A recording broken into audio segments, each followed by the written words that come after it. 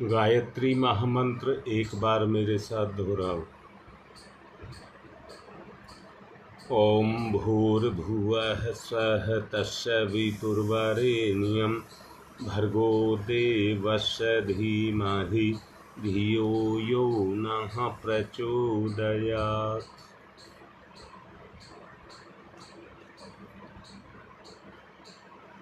चलो आज कमेंट्स आ गए।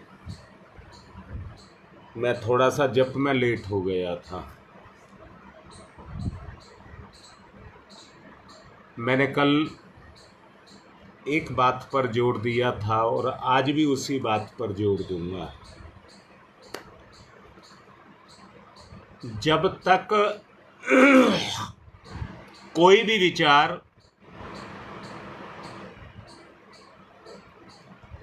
जिसको आपकी अंतरात्मा पसंद करती है, पहली बात तो ये कहूंगा, जब तक गुण जागृत नहीं होगा हमारा पाप आत्मा से मिलान विचार का होने नहीं देगा।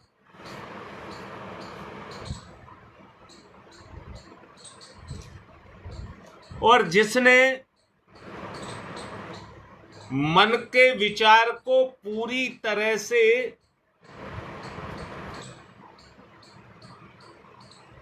जब तक ग्रहण नहीं किया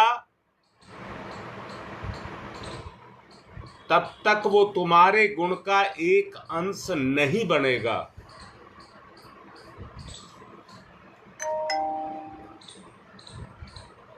बड़ा अपनापन लगा करके मैं आपसे एक सवाल कर रहा हूं। अपने उन दिनों को याद करिए जब आप 10 साल से ज्यादा के हो गए थे, 10 साल से आगे बढ़ गए थे। उस समय वही समय था जिस समय मन बनता और बिगड़ता है। वही समय है सही जो उस समय का सही सदुपयोग कर जाते हैं और मन को साध करके रखते हैं, वो उनको बहुत ऊंचा उठा देता है। इस बात को याद रखना, जो आप नहीं कर सके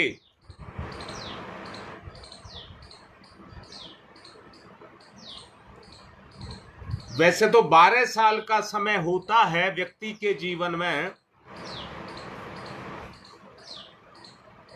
जब उसमें चेंज आते हैं। पहले 12 साल बचपन के होते हैं, दूसरे 12 साल जवानी के होते हैं,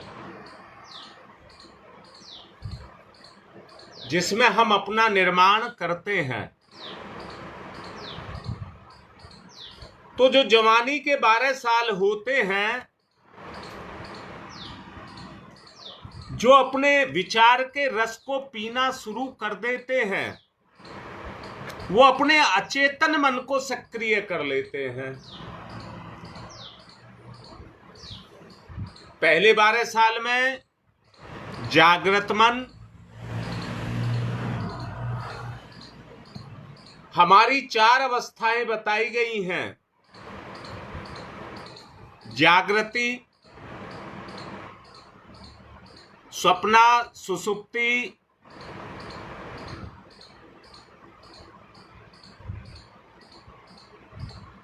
और तुरीय अवस्था, ये 4 अवस्थाएं बताई गई हैं।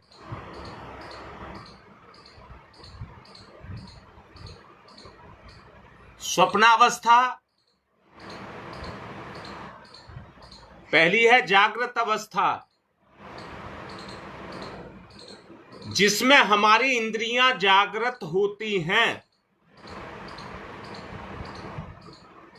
और सब कुछ उन इंद्रियों के ऊपर टिका रहता है। बस एक बात है, कि उस समय बच्चा मासूम होता है, कोई चालाकी धोखा उसमें नहीं होता।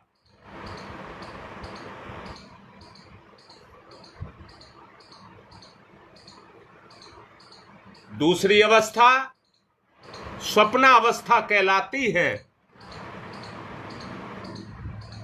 जिसमें आदमी अपनी कल्पनाओं का प्रयोग करता है। जैसे स्वप्न को देखने के बाद कुछ बातें हमको याद रहती हैं और कुछ बातें हम भूल जाते हैं, और कुछ बातें ऐसी लगती हैं जो बहुत जैसे मेरे साथ ये सब गुजरा है।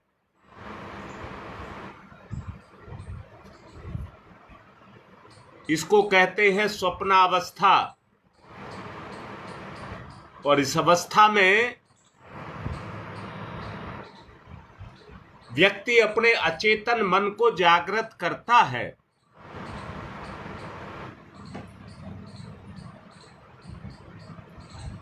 पहली अवस्था से दूसरी अवस्था में जैसे ही आता है, अपनी जिंदगी में अनुभव करना, बहुत बड़ा अंतर व्यक्ति को अपने अंदर आता हुआ दिखाई देता है।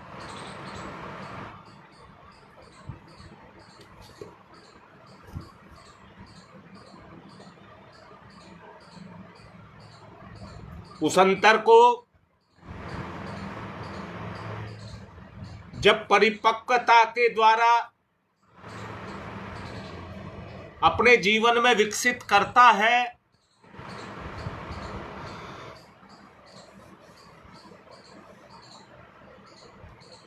तो उसके द्वारा व्यक्ति का ध्यान चलना शुरू होता है। हाँ बेटा, उसके द्वारा व्यक्ति में ध्यान की प्रक्रिया शुरू होती है।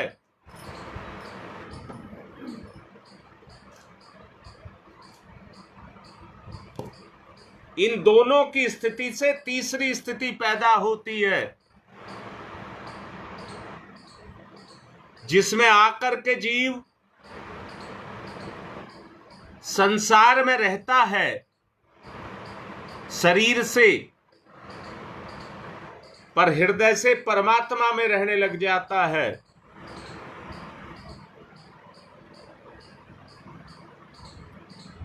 ये जीव की तीसरी अवस्था होती है।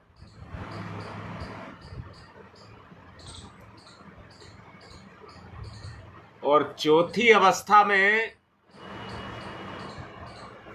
अपने को भी भूल जाता है और संसार को भी भूल जाता है। ना संसार के प्रति कोई विचार जगता है और ना अपने प्रति कोई विचार जगता है।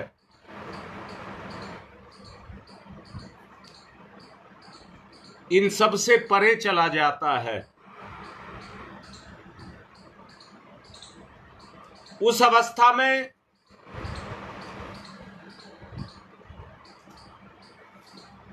हमारा कारण शरीर जगता है। और ये जो चौथी अवस्था कही है,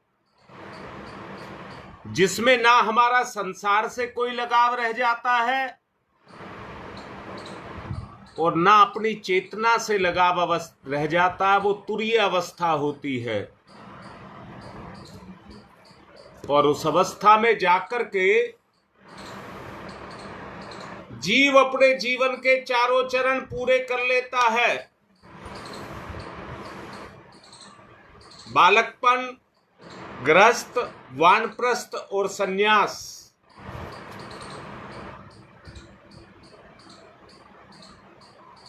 अब यहां बड़े अच्छे से एक बात को देखेंगे। जो हमारी जागृत अवस्था है, जिसमें हमारी इंद्रियां काम करती हैं, हम तो जैसे पहले थे ऐसे ही आज हैं। अर्थात उम्र हो गई 70 साल, परंतु अवस्था वही है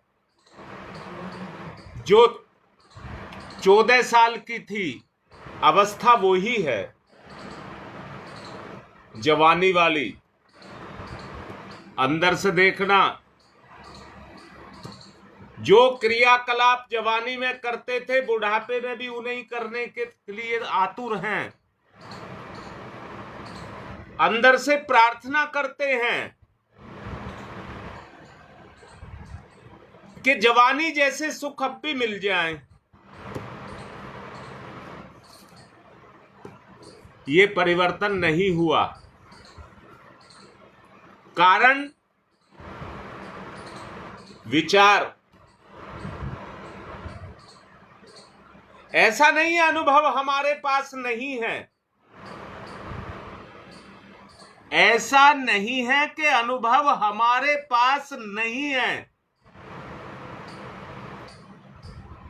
ऐसा नहीं है हम कुछ जानते नहीं हैं।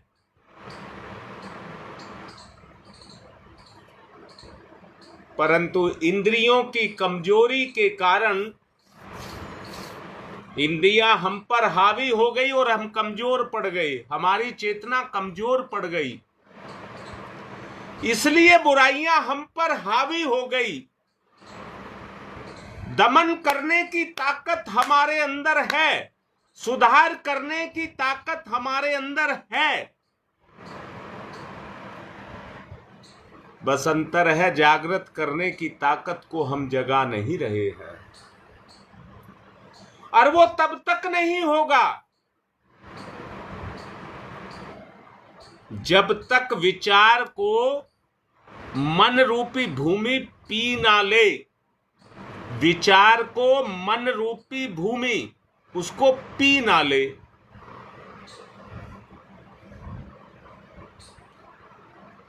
मन पर दृढ़ता पूर्वक जब तक उनका अंकन ना हो जाए,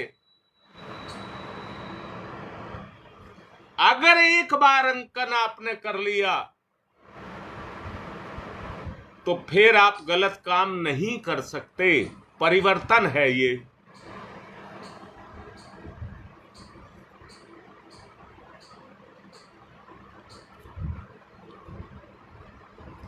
हाँ योगेश, सब लिखो बेटा, सब क्यों नहीं लिख रहे? क्या बात समझ नहीं आ रही?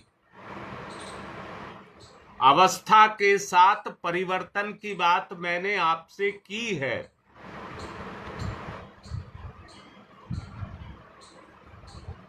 चार चरण मैंने आपको बताए हैं जिंदगी के।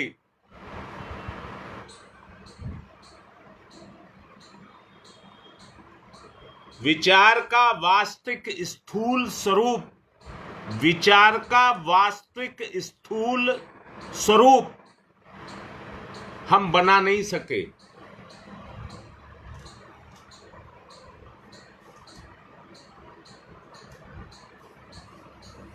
परम पूज्य गुरुदेव कहते हैं,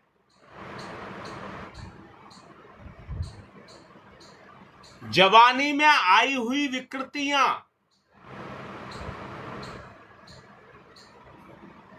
जवानी में आई हुई विकृतियां जो हमारे लिए रोग शोक का कारण बनती हैं, अपनी उस फजीहत से अगर बचना है तो उस तरह के विचार का निर्माण हमको अपना करना पड़ेगा। एक बात समझना, जिसको बुखार हो गया उसका अचेतन मन इस बात को मान लेता है कि मैं तो बीमार हूं और मुझे बुखार हो गया। कई बार होता भी नहीं है तो शरीर की टूटन को देख करके आदमी खुद कहने लग जाता, लगता है बुखार चढ़ेगा।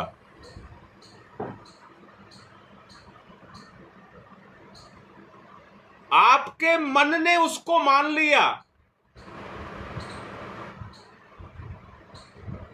और उस विचार में मन लिप्त हो गया,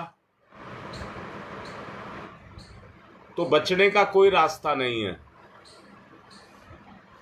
ललिता बेटी, तू बड़ी अच्छी बातें लिख रही है, यही मैं भी कहना चाह रहा हूं हम इसमें लिप्त होते जाते हैं, लिप्त। हमारी चेतना विकारों में, तुमने विभीषिका नाम दिया है बेटा, विकारों में लिप्त होती जाती है, स्वभाव का अंग बन जाती है। अगर स्वयं संकेतों के द्वारा अपने अचेतन मन को अपने संकल्पों के द्वारा अगर हम स्थिरता की अवस्था में ले जाएं,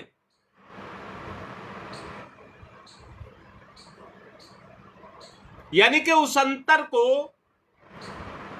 अचेतन को ग्रहण करा दें,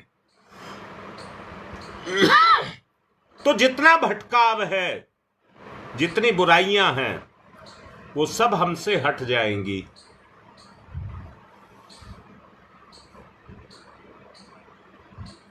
एक बात जान लेना, सत्य को जानने वाला भी सत्य को नहीं जानता है।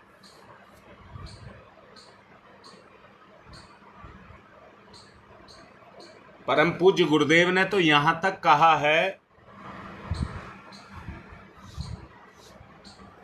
हम सबके लिए साधना भी एक सी नहीं बनी है।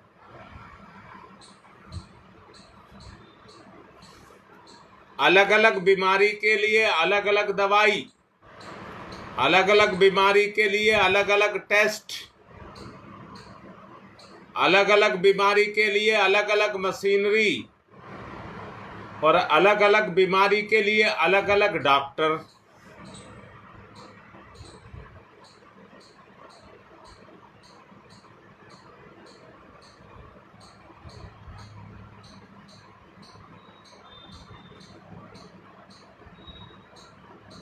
निखिल मैं समझ नहीं पाया, अब कैसा होता है तुम बताओ।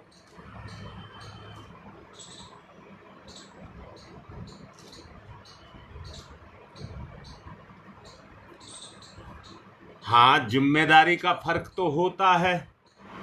हर एक की जिम्मेदारी, हर एक का कर्तव्य आपस में नहीं मिलता है। इसलिए मैं अभी कह ही रहा था कि हर एक की साधना भी एक सी नहीं होती है। अब मैं खुल करके ही बताता हूं, जिसके मन में देखिए, एक तरफ जिम्मेदारी की बात आपने लिखी है,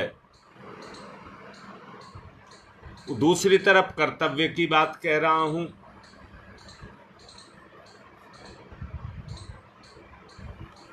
आदमी की जिम्मेदारी तो सामने खड़ी होती है जो धर्म के अनुसार हैं, परंतु आदमी की अपनी वृत्तियां भी तो हैं।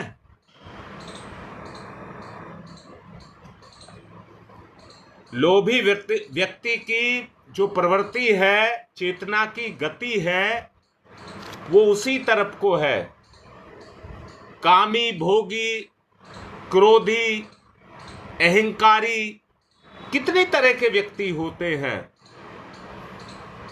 तो जिसकी जैसी मनोवृत्ति है, उसके लिए साधना भी वैसी ही है। कोई कहता लोभ बहुत बड़ी बीमारी है, कोई कहता वासना बहुत बड़ी बीमारी है, कोई कहता अहंकार बहुत बड़ी बीमारी है।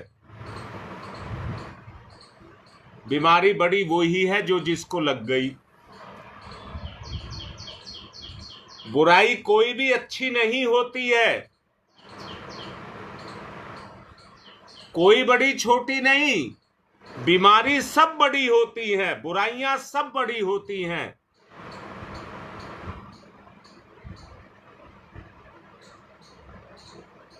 जिसको जो बुराई लगी है,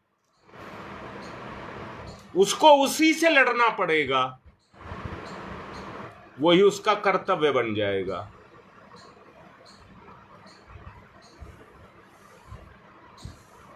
रोगी की दशा, मनोदशा पूर्णतया स्वस्थ नहीं होती है, मन की दशा पूर्णतया स्वस्थ नहीं होती है। मुख्य बात है आंतरिक वृत्ति की। जैसी आंतरिक वृत्ति में जागृति आ रही होगी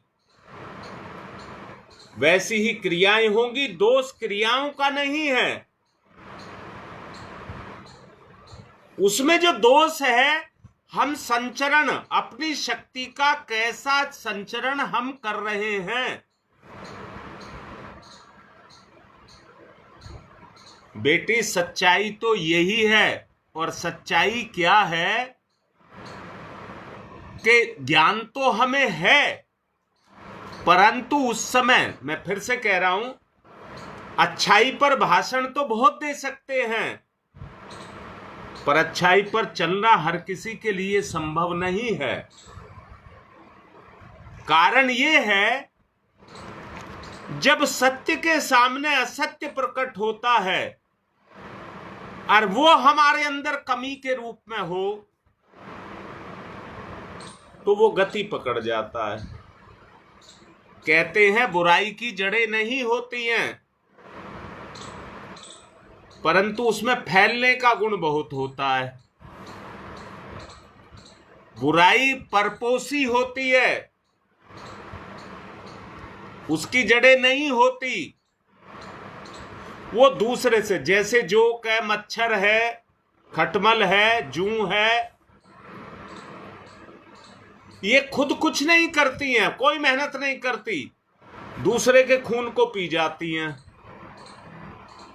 आकाश बेल अमर बेल है, उसकी कोई जड़ नहीं है, पर जिस पेड़ पर गिर जाती है उस पेड़ को ही खाना शुरू कर देती है।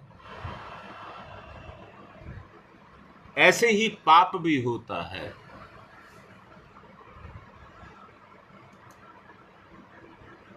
हमें अपनी सामर्थ्य और अपने बल का प्रयोग करना पड़ेगा। दो शक्तियां हैं इसमें, मन का आरोग्य और स्वरूप की सामर्थ्य। मन का आरोग्य और स्वरूप की सामर्थ्य, ये दो शक्तियां हैं। जब ये दो शक्तियां आपके अंदर काम करने लग जाएंगी तो आपकी आंतरिक शक्तियां जागृत होने लग जाएंगी। दूसरे शब्दों में जो पहले कहा है,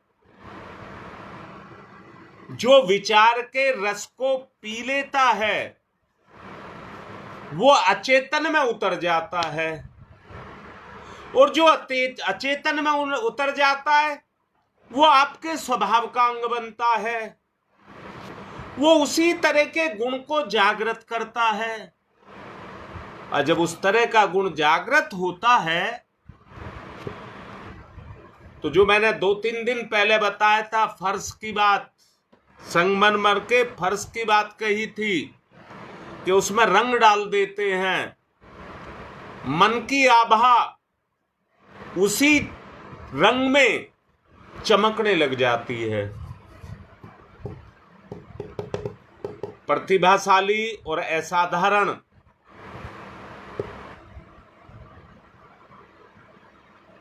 बल की जो भावना है, उसकी प्रचुरता हर किसी के अंदर छुपी हुई है। बलवान, सबल, शुद्ध, हितकर विचारों से ओतप्रोत हो जाते हैं, अपने जीवन को अच्छाइयों से सजाते हैं, अच्छी अच्छी कल्पनाओं के पुष्प खिलाते हैं,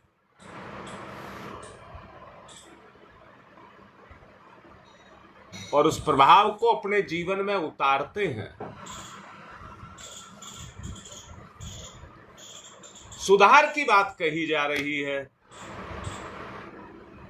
अपना हल कैसे निकाला जाए, अपना उपचार कैसे किया जाए, हम सही विचारों को कैसे अपने अंदर पैदा करें।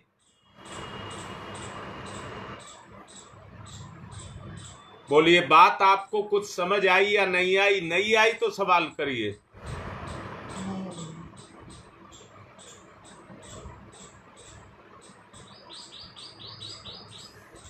तुम्हारी मां कह रही है नहीं आई, अभी नहीं आई। आप भी बोलिए। मैं दोबारा से आपको बोल रहा हूं, बता रहा हूं, आपके अंदर जो विचार उठते हैं वो आपकी इंद्रियों से प्रेरित होते हैं या नहीं होते हैं। आपके अंदर मैंने अभी कहा लोभ है, भोग है, विलास है, काम है, वासना है, तृष्णा है, क्रोध है।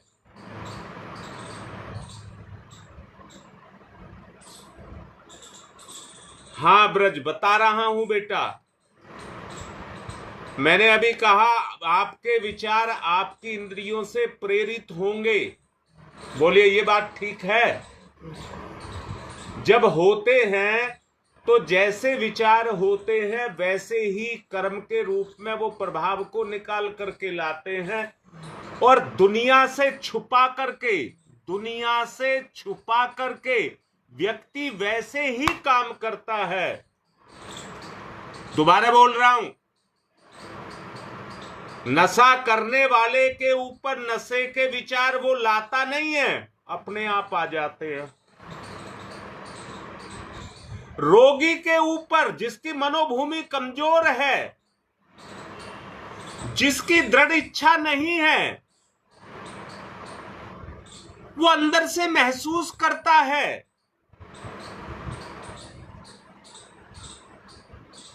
मैंने इतने नाजुक पुरुष व्यक्ति देखे हैं, जो औरतों से भी नाजुक होते हैं, और जरा जरा सी एक छींक आ गई तो उसने उसे पकड़ लिया, मेरी तबीयत खराब हो गई।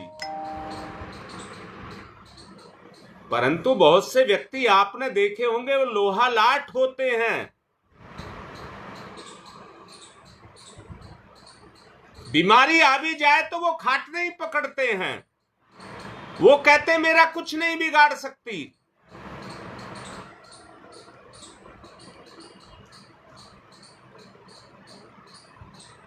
मैंने अभी कहा है ये जो आवारा विचार हैं वो हमें गलत रास्ते पर ले जाते हैं, अच्छे विचारों को हमारे अंदर प्रवेश नहीं करने देते। दोबारा बोल रहा हूं, फिर से सुनिए। अगर समझ नहीं आई है तो तब तक हां नहीं करना है। आजकल गाय कुत्ते रोटी नहीं खाते, और यहां तक भी देखने में आया है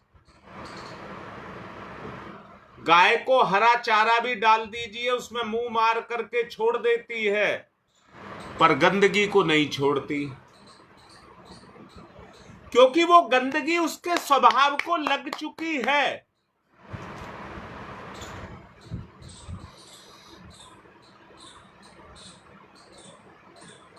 स्वभाव को लग जाने के कारण उसकी जिह्वा को वही अच्छा लगता है, और उसकी चेतना को, उसके मन को भी वही अच्छा लगता है।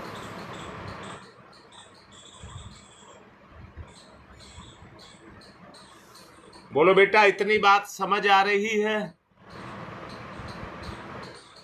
जब तक अच्छे विचार को पीने की ताकत आप में नहीं जगेगी,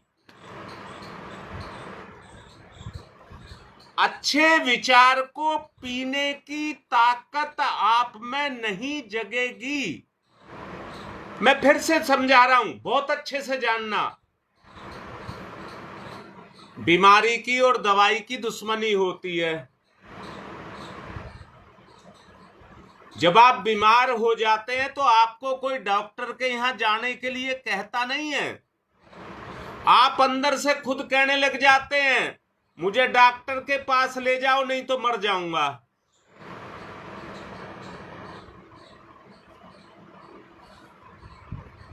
बोलिए ऐसा है या नहीं है? और अंदर से अपने बचने के लिए अपने मन से उस दवाई को आप लेते हैं। यहां तक कह रहा हूं, निखिल बोल बेटा,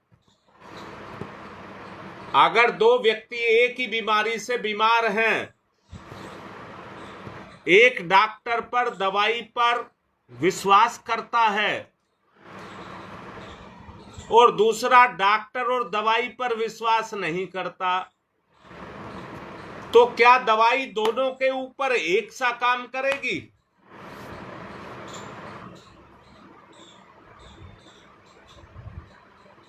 यहां मैं ये कहूंगा, विश्वास पात्र के ऊपर कैसा काम करेगी और अविश्वासी के ऊपर कैसा काम करेगी। बता रहा हूं, जो विश्वासी है वो कहेगा मैंने दवाई ले ली, अब बीमारी ठीक होगी। और जिसके विश्वास नहीं है वो कहेगा पता नहीं ठीक होगी या नहीं होगी।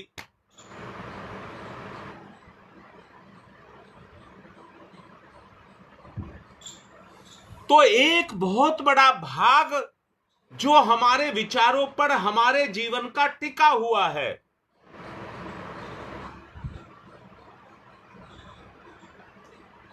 जी, और विश्वास भी आत्मविश्वास के रूप में बदल जाए। अब मैं संसार की बात नहीं कर रहा हूं, अचेतन मन की बात कर रहा हूं। जब आपका अचेतन मन काम करने लगेगा तो ये विश्वास भी परिपक्व होकर के आत्मविश्वास बन जाएगा, यानी कि ईश्वर का विश्वास हो जाएगा और ईश्वर भी आपके ऊपर विश्वास करने लगेगा। आपके संकल्प पक्के हो जाएंगे। बेटा मन तो अभी और कर रहा है कुछ बताने का। आप रोटी खाते हैं, शरीर रस निकालता है, उस रस का खून बनाता है, खून से मांस बनाता है, मांस से मज्जा बनती है, कैल्शियम बनता है, एक के बाद एक कहिए उसके रस इसके अंदर से निकलते जाते हैं, जिससे शरीर का पोषण भी होता है और उसका बैलेंस भी बनता है।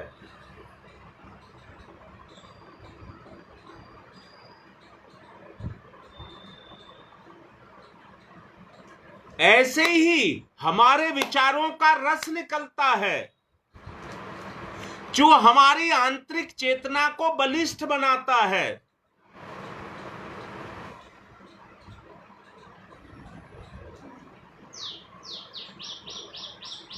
निश्चित निखिल,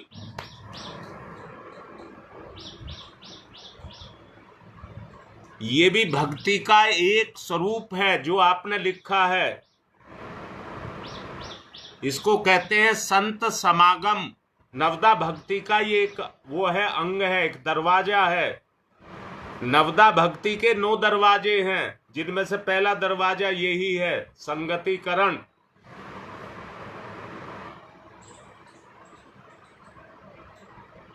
बोलिए, अभी बात समझ आई या नहीं आई? आपको समझ आई?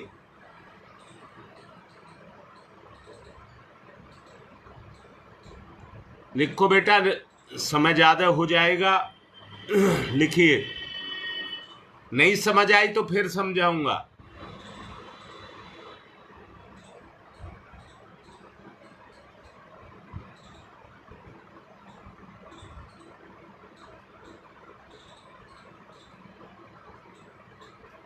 चलो आप लिखो इस विषय को। अगर आपको नहीं पहले एक चीज को बिल्कुल क्लियर कर लें, परिवर्तन तभी आएगा। हाँ, तो अब ललिता एक बात बनती है, आपने कहा समझ आई। हाँ योगेश, तो बेटा अब इसको आने का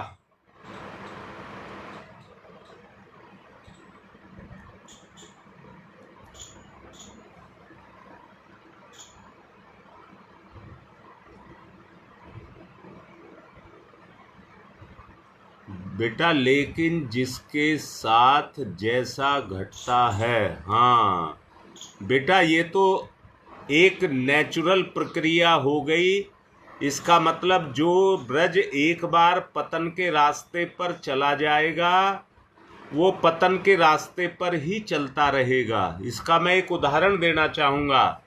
मैं यज्ञ कराता हूं, अगर छिटक करके कोई आग का पतंगा मेरी धोती पर गिर जाए और उसमें छेद पैदा कर दे तो वो छेद किसी चीज से बंद नहीं होगा और वो बढ़ता जाएगा, घटेगा नहीं, और एक दिन मेरी धोती ही फट जाएगी।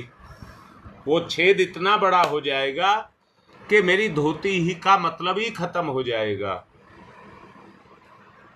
यही कहना चाहते हैं ना। ऐसे ही जीवन भी है। अगर जीवन में कुछ गलत घट रहा है तो हमें उसमें सुधार लाना है।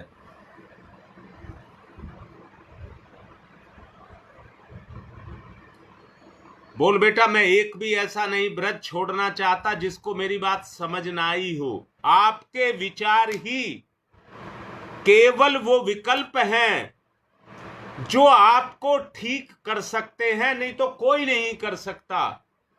जो आपके विचार में उतर गया और आपका विश्वास, हमारा विश्वास विचार से ही तो बनता है।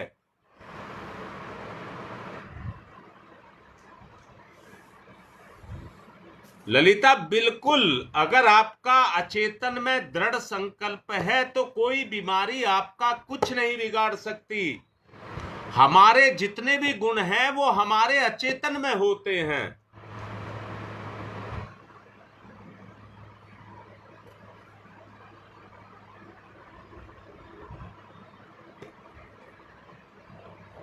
हाँ बेटा, उनको भोगना पड़ेगा, उनको ब्रज भोगना ही पड़ेगा। जो कर्म हमने, नहीं तो भगवान की जो कर्म फल व्यवस्था है बेटा, ये पूरी एक साइंस है। उनसे अगर हमें छुटकारा पाना है तो जो अब तक हमने किया है, मैं इसमें एक बात कह रहा हूं बेटा, अगर इसमें हमारे इसमें आकर के प्रार्थना जुड़ती है कि हे भगवान मुझे बचा, मैं इस गलत प्रवृत्ति में पड़ गया हूं, मुझे बचा, तो वो विचार में जाकर के अचेतन में जाएगी। जो प्रार्थना है वो अचेतन में जाएगी और अपना परिणाम लेकर आएगी। बेटा, अपने फोन की भाषा को चेंज करो। अंग्रेजी के अक्षरों को पढ़ने में देर लगती है, हिंदी तुरंत पढ़ लेते हैं।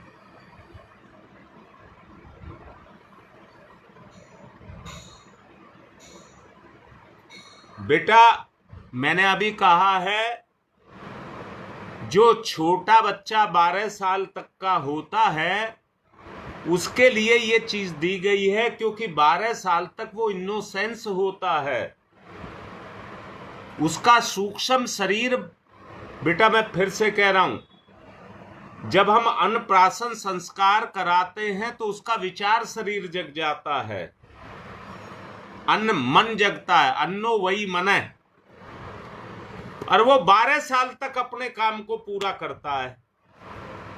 पर 12 साल के बाद भी अगर उसी अवस्था को हम आगे बढ़ाते हैं तो जैसे मिट्टी की ईंट भट्टी में जाकर के पक जाती है, वैसे ही हमारी इंद्रियों की आदतें भी पक जाती हैं।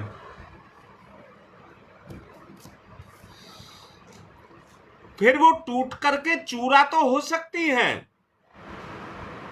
पर बदल नहीं पाती। कच्ची मिट्टी को ही बदला जा सकता है। अब बात आ रही है साधना से स्वभाव में परिवर्तन लाने की। अगर परिवर्तन आएगा तो वो विचार से आएगा, और विचार से कब आएगा? जब विचार आपके अंदर हजम हो जाएगा, आपकी चेतना में हजम हो जाए। आज जन्माष्टमी है, हम सब मनाते हैं, आप भी मना रहे हैं,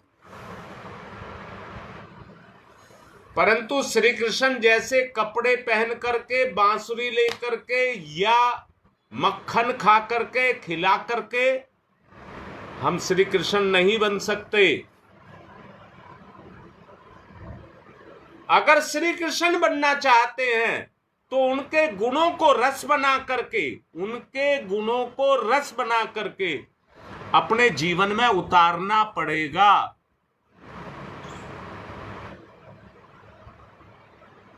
बेटा, ब्रज सामूहिक साधनाएं शुरू की गई हैं और वो इसलिए की गई हैं, सबके साथ मिलकर के आदमी चलता है। मैं फिर से पूछ रहा हूं, 10 घोड़े एक साथ दौड़ रहे हैं या 10 लड़के एक साथ दौड़ रहे हैं, उनमें से 9 तो अच्छे धावक हैं, दौड़ने वाले हैं, और जो 10वां है वो भी दौड़ने वाला था, परंतु उसकी टांग में कोई दिक्कत आ गई। जब वो उनके साथ दौड़ता है तो वो भी अंदर से कोशिश करता है कि मैं पीछे ना रह जाऊं। इसलिए सामूहिक साधना का अपना प्रभाव है और बार बार कहा जा रहा है कि अपने ग्रुप बनाइए और ग्रुप में बना करके उसमें चर्चा करिए।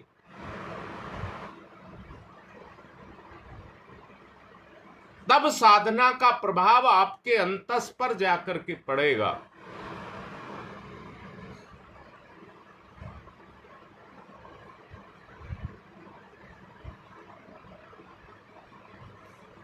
चलो बेटा, समय ज्यादा हो चुका है, 50 हो चुके हैं और मुझे आज मेरठ जाना है। अभी इसके बाद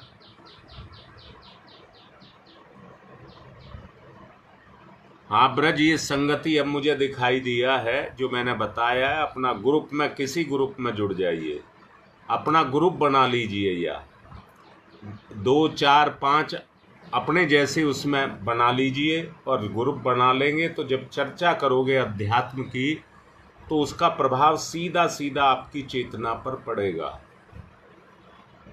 बेटा, तुमने देखा होगा, तुमने किया भी है काम, जब बच्चा खुद भी पढ़ता है और किसी को ट्यूशन भी पढ़ाता है तो खुद के पढ़ने से ट्यूशन पढ़ाना ज़्यादा उसके कैरियर के लिए अच्छा होता है, क्योंकि पढ़ने से ज़्यादा वो पढ़ाने में सीखता है, क्योंकि वहां पर उसका विचार चलता है। पढ़ने में उतना विचार नहीं चलता जितना पढ़ाने में विचार चलता है। इसलिए ग्रुप बनाओ। ये मैंने कहा है, नवदा भक्ति का ये पहला दरवाजा है।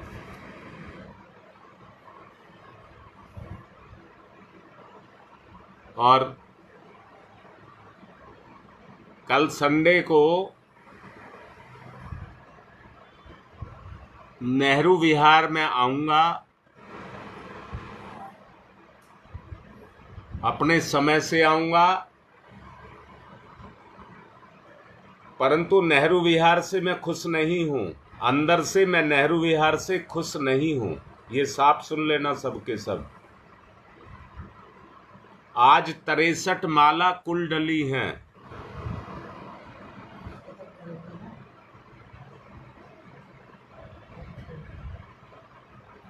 ये बिल्कुल निखिल ठीक लिख रहा है। और ब्रज, अपना ग्रुप बनाओ। जब तक ग्रुप नहीं बनाओगे आपकी इंटरनल चर्चाएं शुरू नहीं होंगी। अगर आंतरिक परिवर्तन करना चाहते हो तो उसी से होगा। ये भी साधना का एक अंश है, नवदा भक्ति का ये भी एक अंश है। आज की बात को मैं यहीं पूर्ण करना चाहूंगा, क्योंकि जैसा मैंने अभी कहा, मैं अभी निकलने वाला हूं मेरठ के लिए। वहां एक प्रोग्राम है। ओम तम सोमा ज्योतिर्गमय, तम सोमा ज्योतिर्गमय, तम सोमा ज्योतिर्गमय, असतो मा सद्गमय, असतो मा सद्गमय,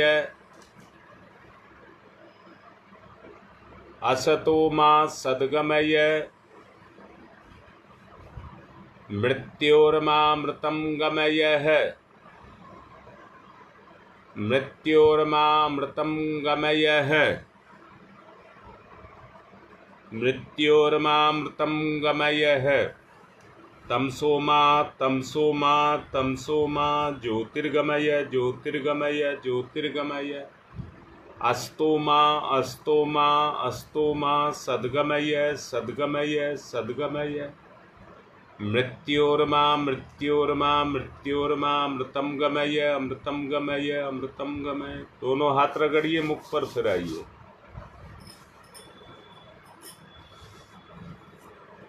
अगर किसी को अब भी कोई शंका हो तो व्हाट्सएप पर लिख दें, मैं जवाब दूंगा।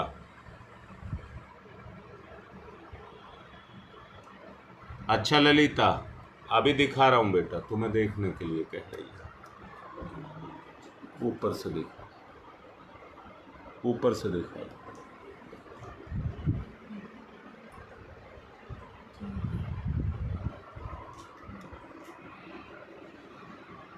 ठीक है बेटा।